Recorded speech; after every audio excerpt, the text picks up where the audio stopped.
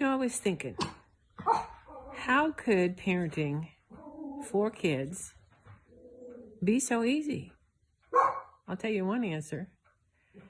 A few little things that you might not have remember or know. When we lived on Warren, it was a really unusual house. It had we put a drinking fountain in the bathroom so the kids wouldn't get the cups out all the time. And it had a sidewalk all the way around so they could ride their bikes and slip and slide on it and stuff. Anyway, it was a fun house. When we were done with that house and ready to move, we put it on the market. Well, the thing is, I had to leave for work earlier than the kids left to go to school. So the person in charge of getting the house in ready order for showing it to people that might be interested in buying it was Gretchen. Easy. Piece of cake. Easy to be a parent. Well, it was also easy to do discipline. When, in fact, I don't remember much discipline. That's probably not a good thing. When Nathan and Rebecca were little, maybe 3, all you had to do with Nathan was take his cowboy boots away. And all you had to do with Rebecca, if she needed disciplining, was to give her a firm look. Just look at her. There are a few things I've been wondering about, though. I remember some vague story about a box of crayons and not wanting to go downstairs and get them. Now, can anybody give us a story about that? Maybe something about there might be spiders downstairs? I don't know. So who was the brave one that went downstairs to get the drum full of crayons? The other thing I was wondering if somebody could enlighten me a little bit more. You remember James and Alan, who lived on that same street? Somebody should tell the story about Byron and Nathan going with James and Alan to the local Quick Trip that I had not given permission to do. Maybe that's why parenting was so easy. They just did things without asking. But in all honesty, oh my gosh, it was fun. We had a great time with little kids at our house. We played and they played, and when it was time to teach them how to do things, when I went to work in the school year before the kids went to school, one day I told them, okay, you're going to invite the 2 neighbor ladies over for lunch. So they had to clean the house, they had to prepare a meal, they had to clean up afterwards. It was great, and they did a good job. Oh, there goes Buddy. When Nathan and Rebecca were about in 2nd grade, I taught everybody how to do their own laundry. I gave everybody the laundry basket, and I said, okay, this is how you do it. And then I didn't have to do laundry after that. I didn't do Bob's laundry. I did my laundry, but I did not do the kids' laundry. All the way through school, they did their own laundry. So see, parenting is really, really easy if you figure things out and you have 4 great kids like we have. Did you know that on one of the moons, between like Jupiter's moon and Saturn's moon, it's like Triton or Titan, one of those two. I think it's Triton. I think it's Triton. That you can jump so high because there's so little gravity on it because it's a super small planet. This is how I'm gonna give you A or B answer. You can text my mom if you want. You don't have to. And try to guess how high I could jump. A is, like, I learned this in school though, so like, A is 120 inches, and B is 75 inches.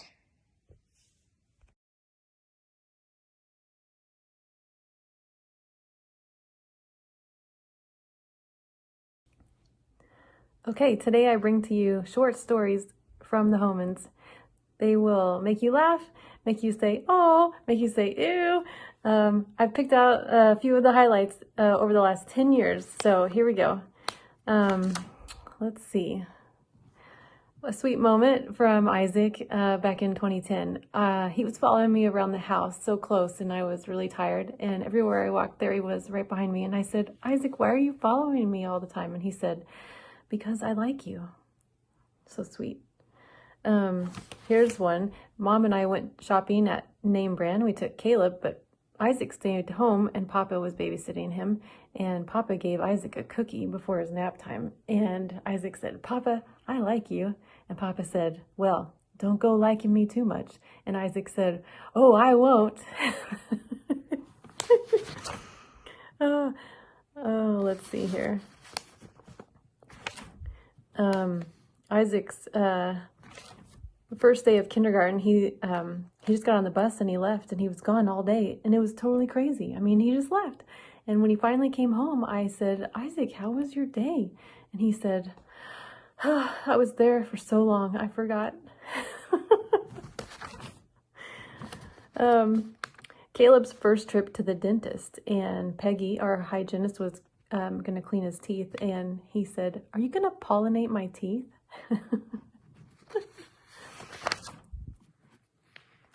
Caleb got his haircut. This is 2012 in August, and the stylist needed him to look down, and so she said, hey, what's on your shoes? Asking about the design, and he looked down at his shoes and said, what's on my shoes? Hair!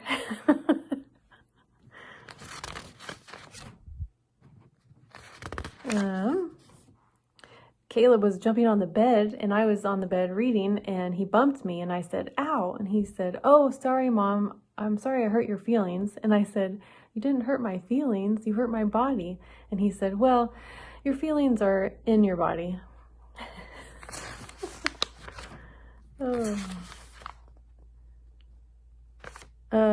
December 2012, Jim was putting a new Angry Bird game on the iPad for Isaac, and Jim said, don't get too excited, and Isaac said, what happens if I get too excited?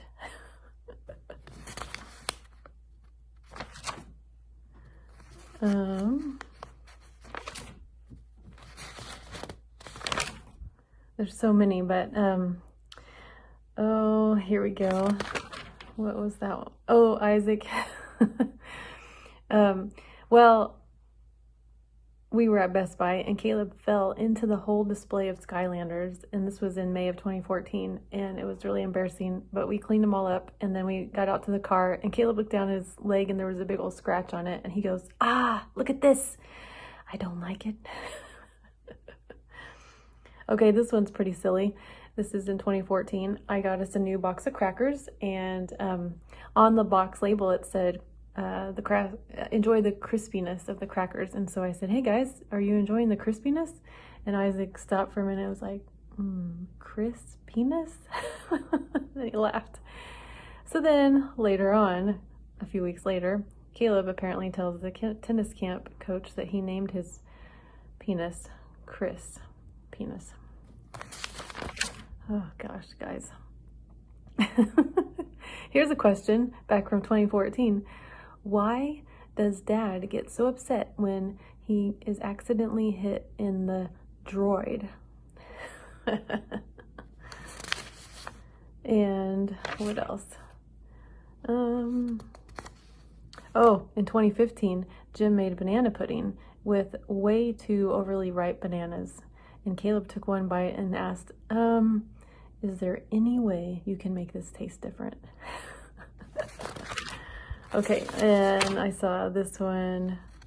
Oh man, there's some really, you'll have to ask him about Caleb's bloody nose and not ever bleeding on his bed, but leaning over and dripping all over Isaac. And then Caleb using Isaac's tooth to get money from the tooth fairy because he could use a little extra cash back in 2016. Okay, this one was really funny. Isaac's teacher, this was back in December 2015, she sent home a letter explaining that he needed tall socks and a turtleneck for the school play. And I read the letter out loud, and Caleb was listening. His jaw hit the floor. A turtleneck? And I said, hey, let's check with Oma to see if she has one. And Caleb said, Oma has a turtleneck? Anyways, just some of our short stories from the Hoenn Files. Hope you enjoyed. Did you know that solar flares are things that come off of the sun when it gets really hot, and it's like, and it kind of like bubbles up and like pops kind of and like overheats, and it creates a huge solar flare.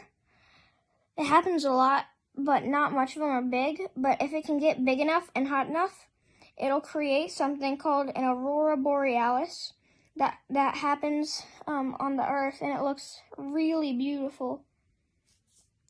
So maybe on Christmas Day, if everyone comes over, I could just show a picture of an aurora borealis.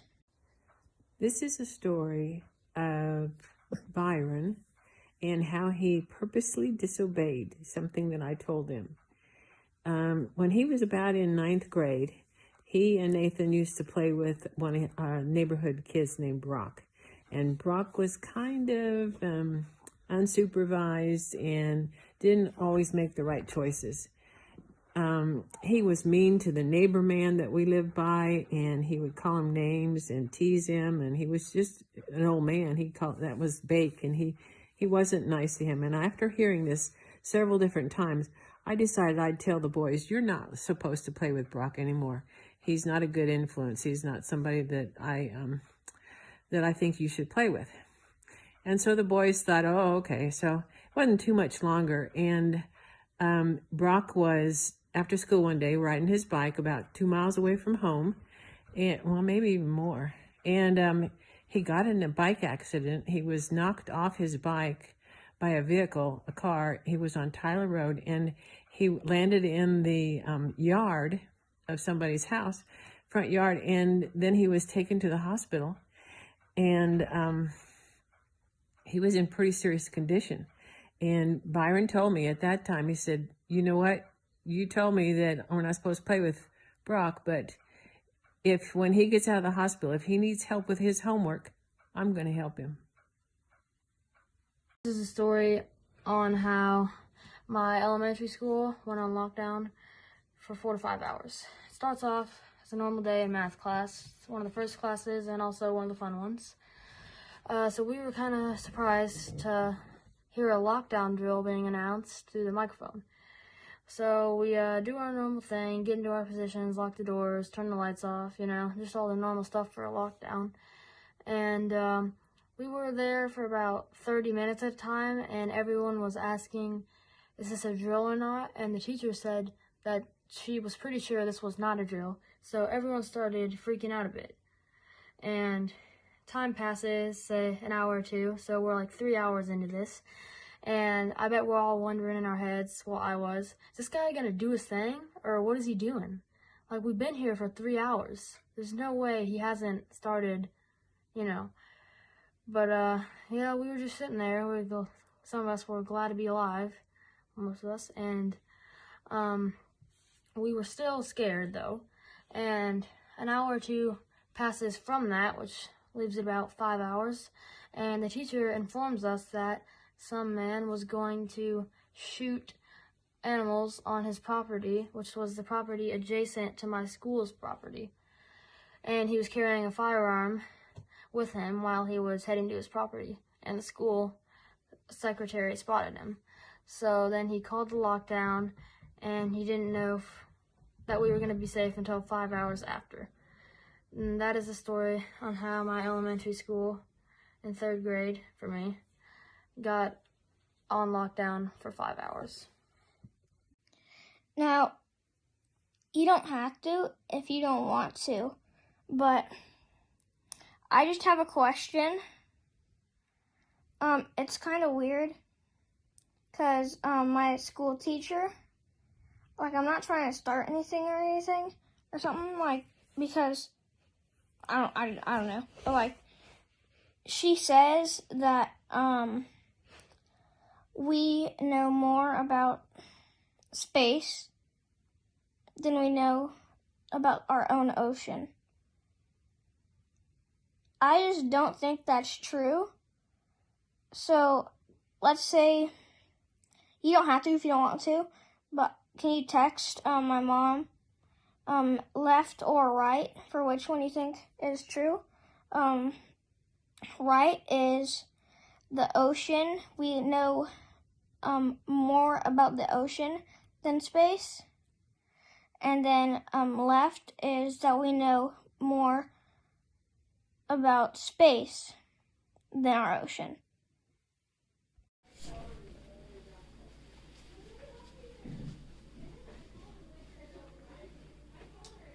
Hello guys, I have a couple stories to tell you today, but can't remember what they were. Let me see if I can find something here. I need something in here. Ah, there it is. That's what I need. Well, the first story I'm going to tell you guys, I call Freedoms for the Taking. And when I was a kid, I used to love riding bikes. And luckily, Byron did too. And we had two neighbor kids, James and Alan, and they also liked riding bikes. So we would always ride our bikes in the street, and we luckily noticed that cars were also on the street. So we developed some street signs for people. If anybody identified a car coming, they'd raise their hand up, say stop, you know. So then the whole line of our bikes would stop, and then we'd wait for the car to pass. Car would pass, and then we'd say, come on, let's keep going. So, and we developed this sign instead of hollering because James and Alan had pretty thick accents, and they were oftentimes difficult to understand. So, as time went on, a couple of weeks into it, maybe months, we gradually expanded our reach. So, we noticed that there was a 7-Eleven or a quick trip or something that we could probably get to within 15 minutes and buy stuff and then get back into the neighborhood without getting caught, because it would have been such a short amount of time that nobody would have missed us. So we gathered our change and we headed out. So we get there, uneventful. We go inside. Byron and I buy what we want. And James and Alan kind of got quiet as we pulled up. As we pulled up, James and Alan kind of got quiet. Byron and I run in and we buy what we want. And they're kind of sitting off to the side. And we come back out and say, "Come on, guys, we got to get back. There's a timeline here."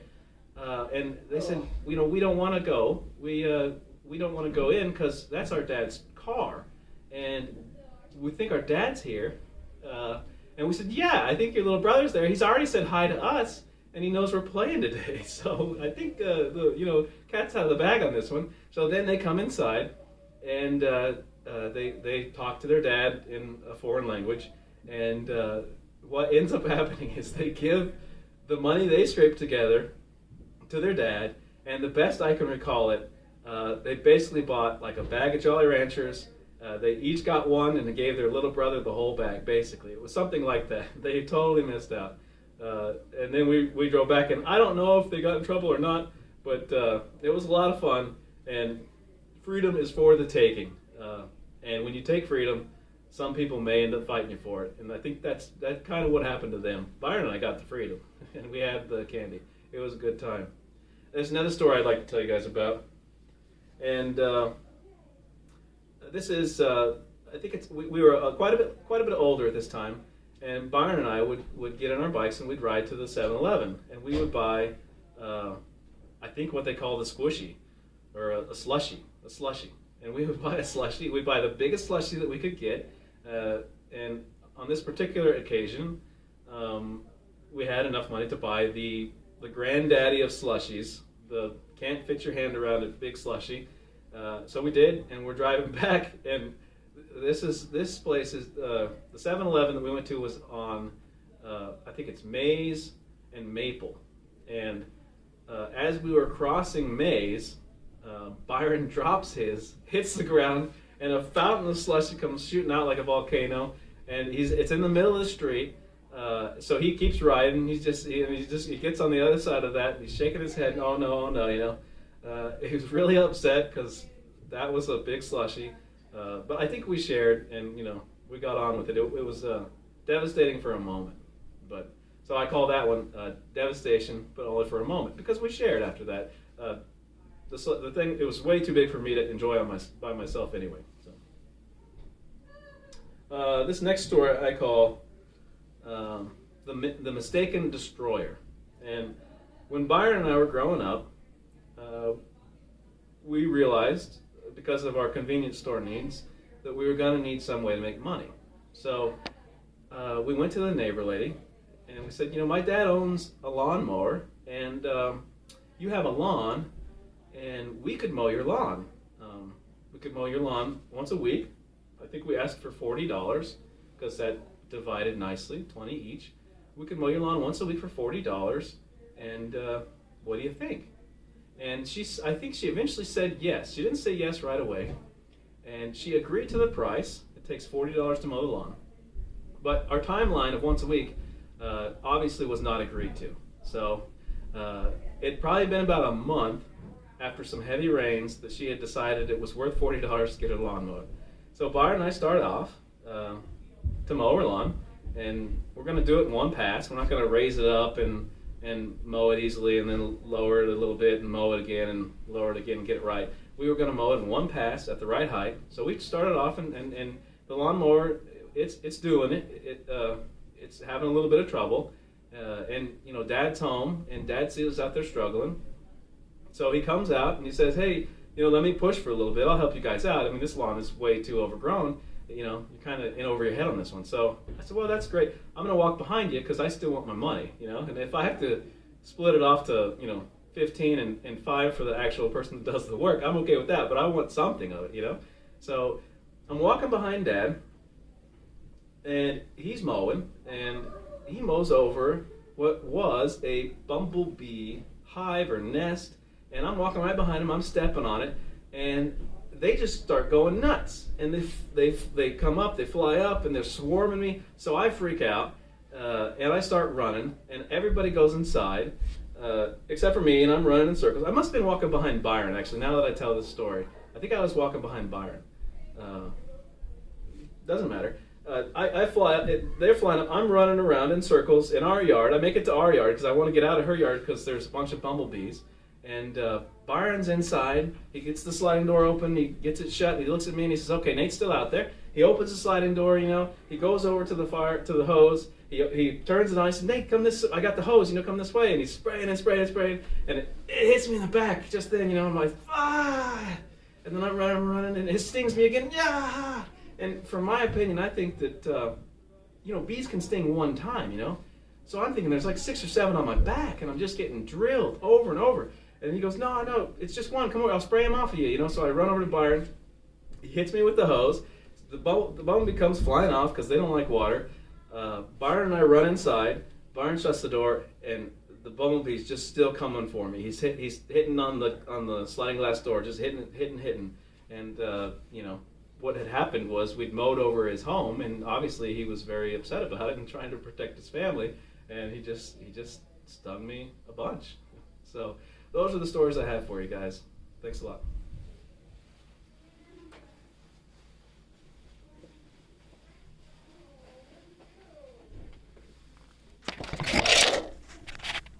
Wow, that worked out really well. All right, I'm going to tell a story about a time that I got a little carried away with some things, and it could have got pretty bad. Well, this all took place probably in the early 90s.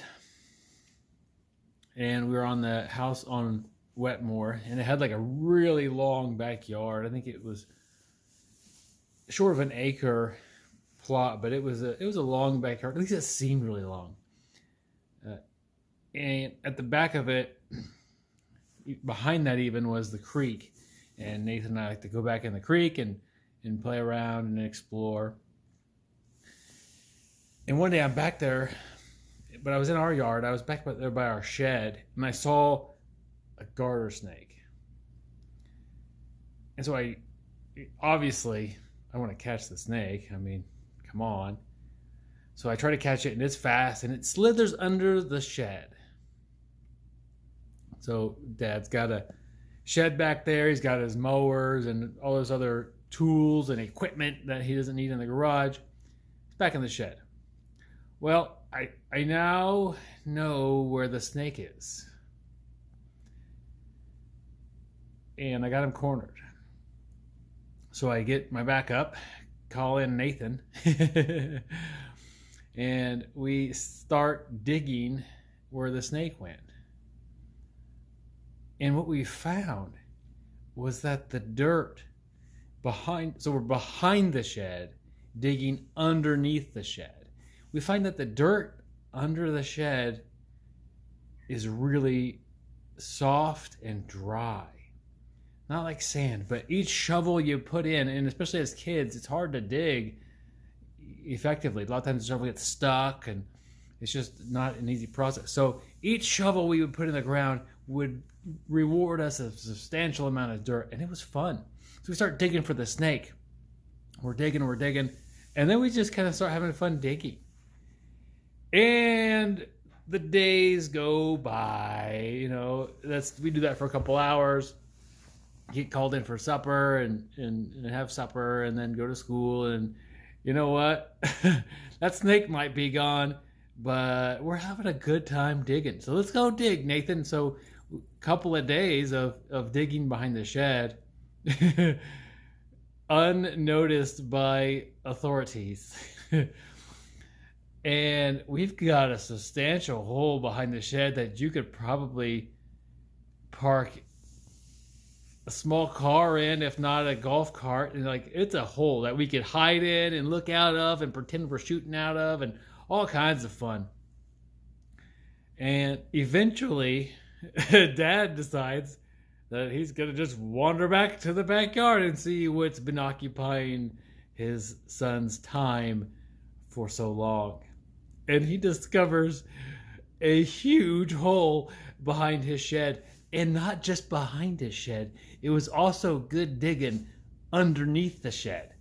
So we were actually eroding the foundation of the shed because it was just, it couldn't rain underneath the shed. So that dirt was really nice and premium to dig.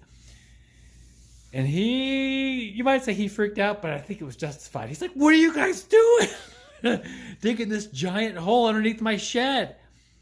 I said, "Well, we're trying to catch a snake," which was long gone and not relevant anymore, and he can care less about a snake.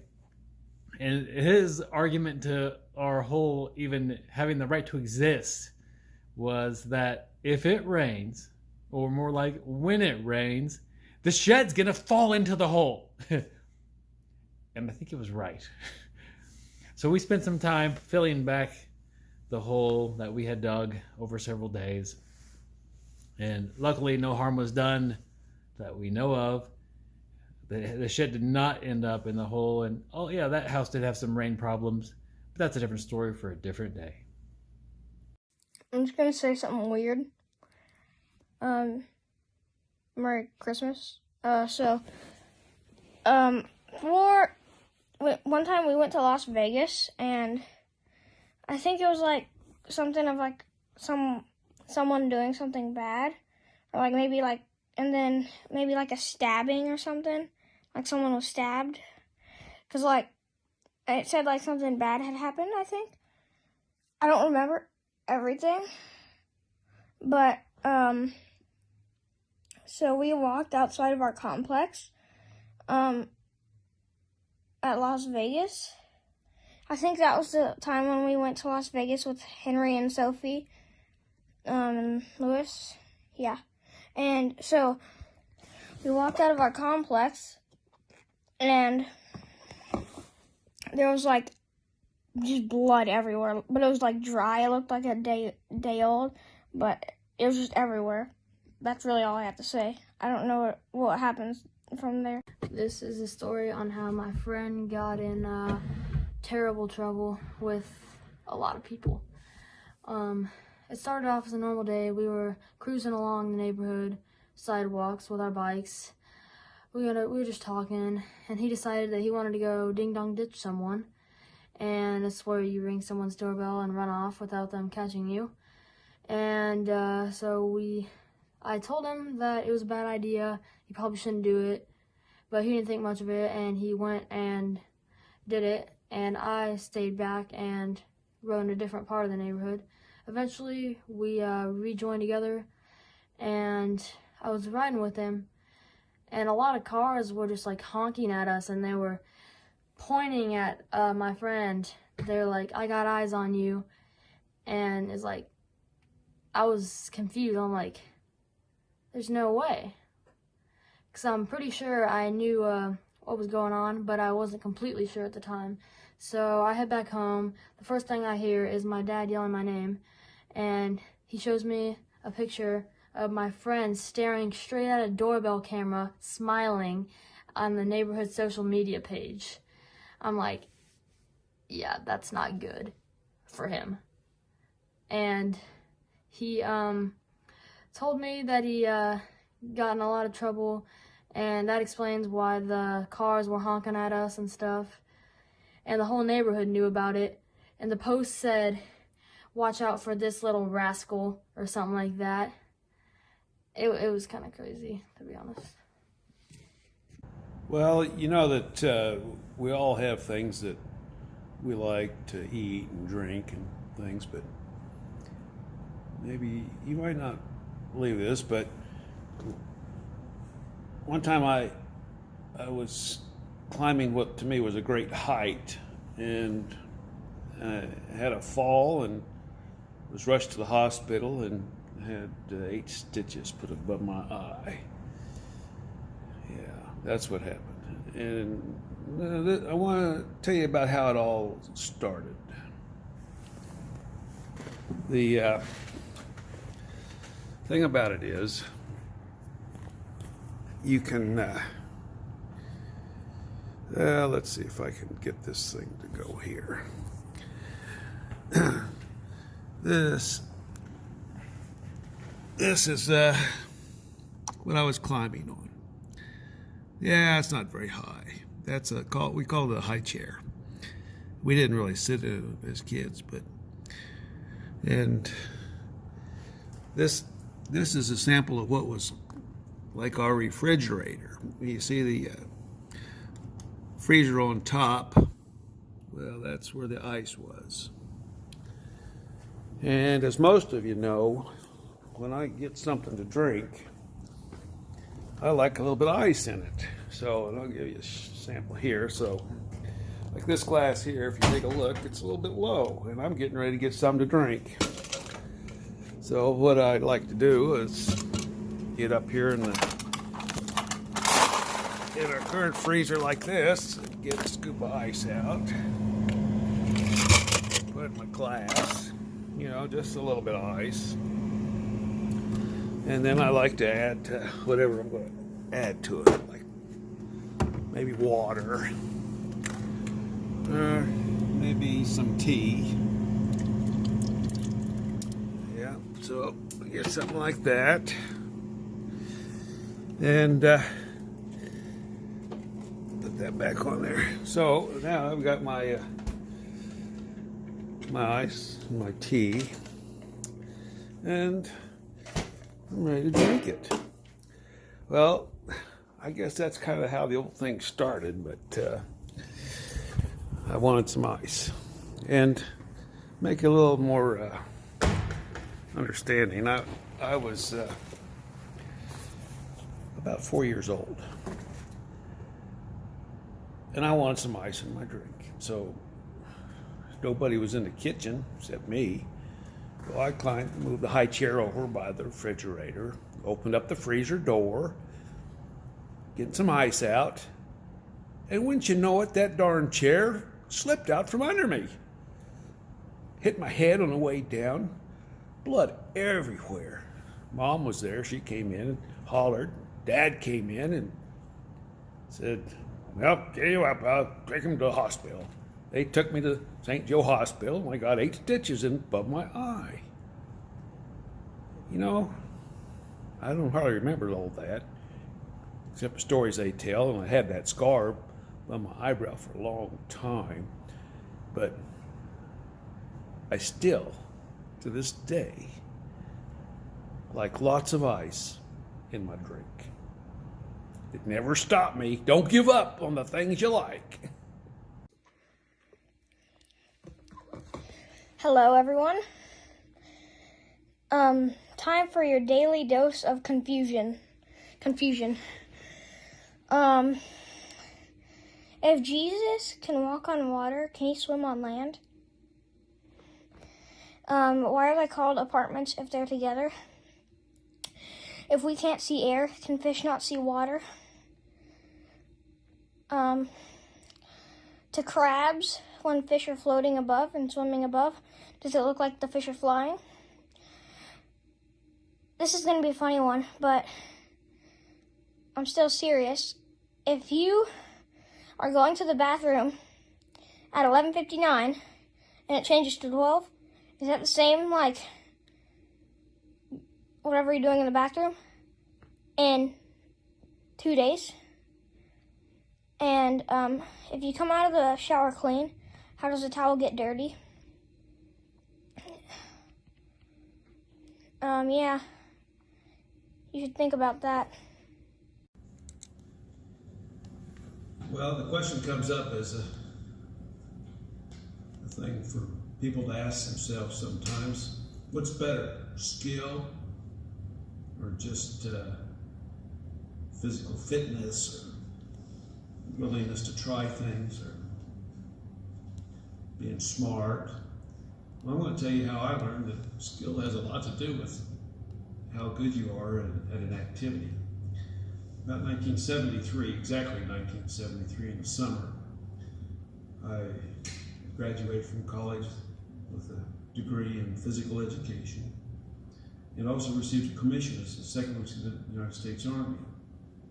Now, I hadn't started my training officially with the Army yet. I had about 3 months before that started, so I looked for a job. I got a job at the Wichita YMCA, the Central Branch downtown YMCA. So I'm working there as an assistant physical director, and every day I was involved with things, scheduling stuff, making sure people didn't get in trouble, and got along okay. We had like 8 different courts. They were handball courts. Now, it's the same court as they play racquetball today, but back then it was handball mostly.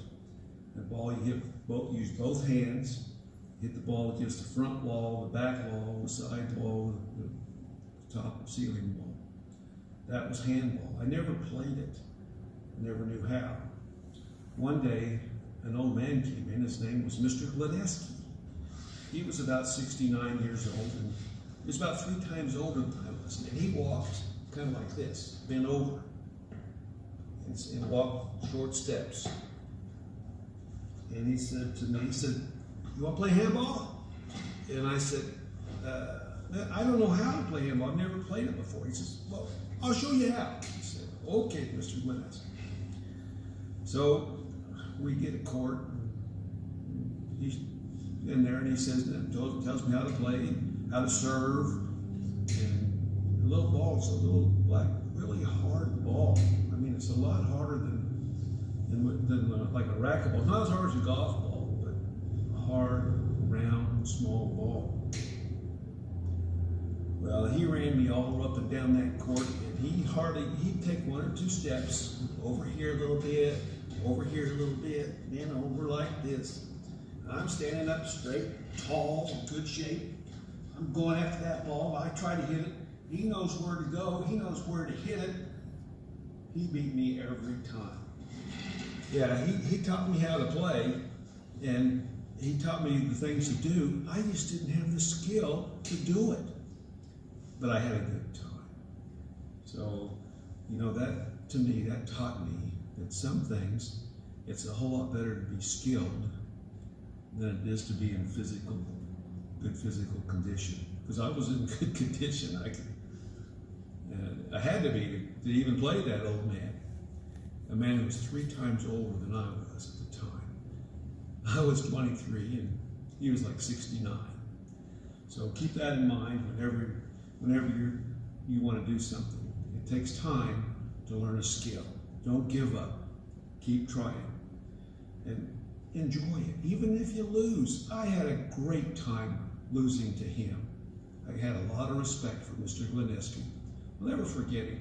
As you can tell, because I'm telling you this story, I'll never forget. I never knew what happened to him. But I do know that when he happened to me, it was a good thing. You can learn from people with skill. Thanks for watching.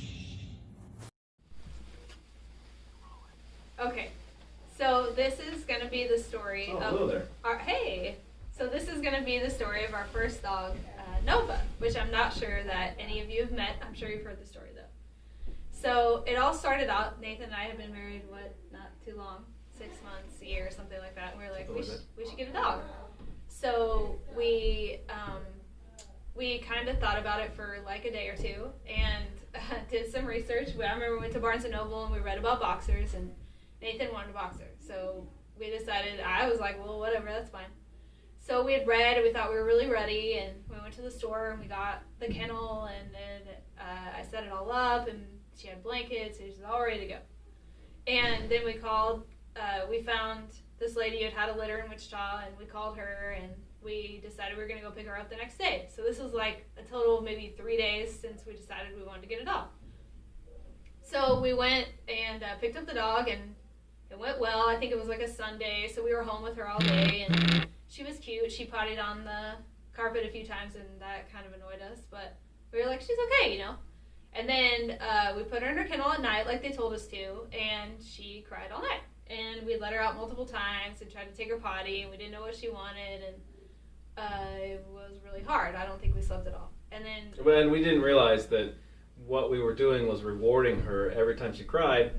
We could only hear that for 20 or 30 minutes, and then we thought, well, maybe she needs to go outside. Yeah. So then one of us would get up and take her out, and she would light up, you know, like, oh, thanks for coming back, you know.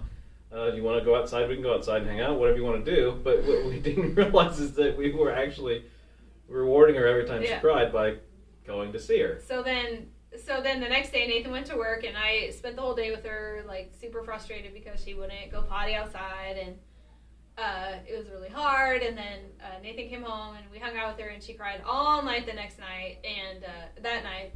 So the next day, Nathan went to work, and then when he got home, I'm like, I want to go to dinner. But we kind of fought about it because we were like, well, we can't just leave her here. Like, we can't just leave her here. She's going to cry, you know, while we're gone. And then we were like, oh, we're going to do it anyway. Yeah. Like, people leave dogs. Like, it's okay. And I think even at one point, both of us were like, we might as well have had a kid, because at least the kid we could take to the restaurant with us. And then, so we were like, well, whatever. So we left her, and at dinner, we decided that we were going to give her back. And we called the lady, and she said that... it's like we had to do it while we were at dinner because we didn't want her to hear us or something. Yeah, the lady said no refunds. And the lady was like, no refunds, so we were like, fine.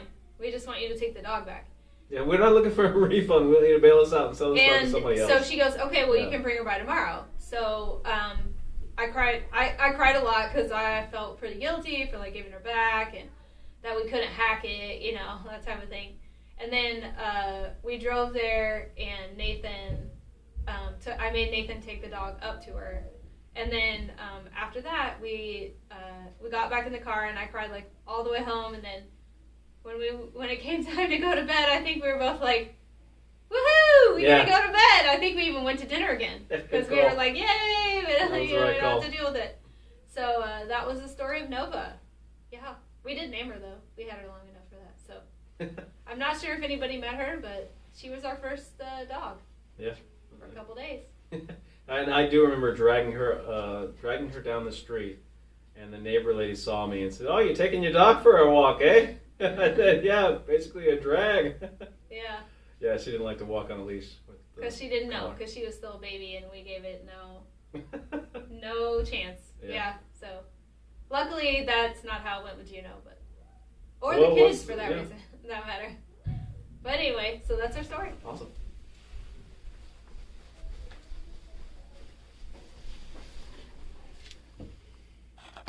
One thing I remember about going over to Oma's house was that Caleb and I would always want to play hide and seek.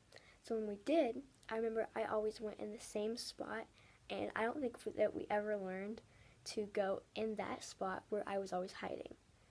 Little kids, am I right? Merry Christmas and Happy New Year. Hopefully it was better than 2020. Okay, a couple of things. There seems to be some miscommunication about the basement and the crowns, so I want to set the story straight. Yes, I never went downstairs to get the crowns. Yes, I always wanted the crowns. First of all, why did we keep them in the basement? It's a good question. Why didn't we just keep them in my room? I don't know. Anyway, the crowns were kept downstairs in the basement. I always wanted them. Never would I go get them. Nathan said, no, I'm not getting them. Gretchen wouldn't get them. Byron, will you get the crowns again? Thanks, Byron. Byron would always go downstairs and get the crowns. And apparently it took years, but I confessed I was afraid to go downstairs and get the crowns. And I'm pretty sure Nathan was also afraid. Gretchen probably just didn't want to. But I think Byron was the only one of Nathan and Byron and I that was not afraid. So, lesson learned, all you parents out there, if you have a kid who has something they want to play with, don't put the toy somewhere where they're afraid to get it. So, keep the crowns upstairs. Thank you, Byron, for always going downstairs to get the crowns. Something else is that I'm not sure that cats like me. And the feeling is mostly mutual. I don't really enjoy them back because I don't understand them. Their language is weird. They're needy. They don't say thank you. And this is probably going to get me in trouble with my own daughter. Sorry, Lauren. But cats can be mean. Wrong way, hated me. Nathan would walk by, nothing would happen. Byron would walk by, nothing. Gretchen, mom and dad, everybody would walk by this cat. I'd walk by, wait up guys, wait for me, and attack. This cat would jump out of the bushes and scratch me to pieces, man. So that's why I have dogs. Right, dog? He's so easy to understand. Let's see. Seems like there was something else I was gonna say. The crowns, the cats that always seem to hate me. I'm not sure what other story I had. If I think of it, I will send you the video. All right, bye.